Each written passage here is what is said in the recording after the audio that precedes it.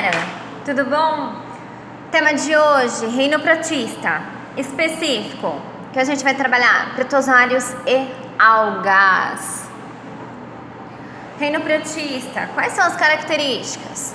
Ele é um grupo bastante heterogêneo, mas o que vem a ser protista? Qual o significado? Do grego protos, que significa primeiro.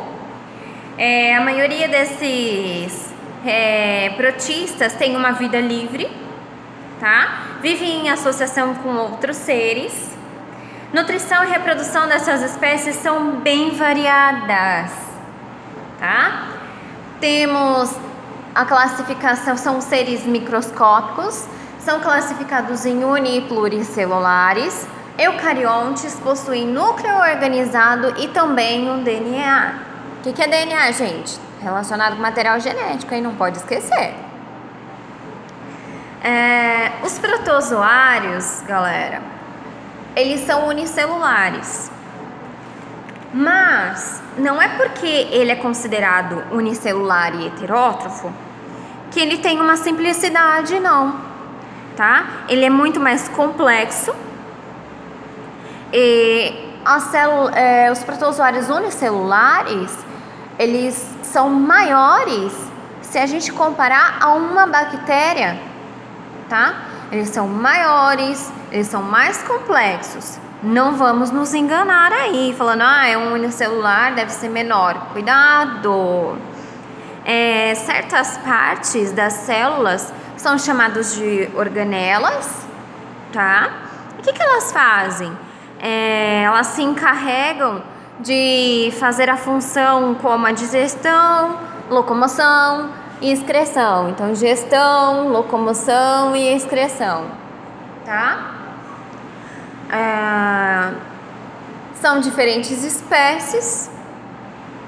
Os habitats, específico, meio de vivência desse protozoário, sempre úmido, independente se é água doce, salobra, salgada, se é no solo, matéria orgânica, decomposição, tá? Vive em plantas, animais. A classificação é bem extensa, sim, temos 4 classificações e ela se dá por meio dessas organelas, se tem ou não essa organela, tá? Vamos lá então, partindo aí dessas classificações. Ciliados, vou apresentar primeiramente para vocês. A captura dos ciliados na base de alimentação é os cílios que faz essa captura de alimento. Então, os ciliados, ele tem locomoção? Tem. Como que faz para ele se alimentar? Os cílios que faz essa captura do alimento. A classe de protozoários mais complexa, são os mais evoluídos de todo o reino protista, podendo apresentar a forma de reprodução tanto sexuada quanto assexuada. Lembrando que a forma sexuada é por meio da conjugação e isso permite uma variabilidade de material genético. Lembra do DNA que eu mencionei lá nos primeiros slides, logo alguns minutinhos atrás? Então, é isso. Ciliados é o mais complexo de todos, o mais evoluído, mais desenvolvido. Flagelado, por que tem esse nome? Porque ele tem um flagelo. O que faz o flagelo, professora? O flagelo é o meio de locomoção desse protozoário, tá? E os alimentos é por meio da recepção de estímulos ambientais. Como que é a reprodução desse flagelado, então, professora? Ele é por meio assexuado, por bipartição, e também pode se reproduzir de forma assexuada. Tudo bem? Rapidinho, então, vamos lá para os risópodes ou sarcodinos. A outra classificação deles. Se locomovem por pseudópodes. As amebas, quem nunca ouviu falar de uma ameba, né? Exemplo da ameba, vocês já devem até ter desenhado no caderno. A ameba pertence a esse grupo dos sarcodinos. A reprodução, no caso da ameba, que eu peguei como exemplo para vocês, gente, é por bipartição ou divisão binária. E os esporozoários, como que funciona? Os esporozoários, eles não possuem estrutura de locomoção.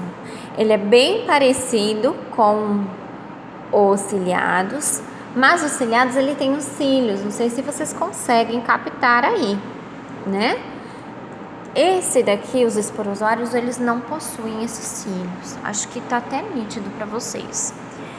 E a maioria são parasitas, causadores de algumas doenças, por exemplo, malária, toxoplasmose, tudo bem? Agora a gente vai passar para as algas, fundo do mar. Vamos lá, nem sempre, tá bom? Mas vamos para um ambiente mais gostoso. Elas são importantes? Sim. Por que elas são importantes? Porque as algas fazem a fotossíntese, né? Ela é a base da cadeia alimentar. Elas são consideradas tanto unicelulares quanto pluricelulares. E as algas pluricelulares, gente, são classificadas de acordo com o pigmento que elas possuem. Então a gente vai ver agora quais são elas, né? Quais são? As unicelulares têm nomes específicos? Podemos encontrar três tipos: euglena, diatomáceas e dinoflageladas. Coloquei exemplos aí para vocês. E as outras? Tô curioso. Pluricelulares. Também são divididas em 3 categorias. E o que diferencia elas é as cores, tá? As algas verdes. O que ela tem aí predominante? A clorofila. E a clorofila é o que a gente consegue, é o que dá a cor verde, tá? Qual é a função? Quero saber mais dessa alga verde.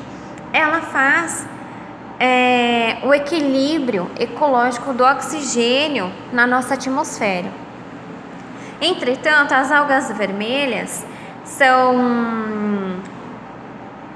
além de possuir clorofila, possuem ficobilina, que dá a coloração avermelhada, tá? É o pigmento vermelho que a gente consegue observar aqui, muito bonito também. Tá bom, mas qual é a função dela no nosso meio? Por que existe? Ela é a base da produção de diversos cosméticos, vocês sabiam? E as pardas? As pardas, ela é importante na culinária japonesa. Apresenta essa coloração aí castanha amarelada por conta do pigmento ficoxantina. Tudo bem?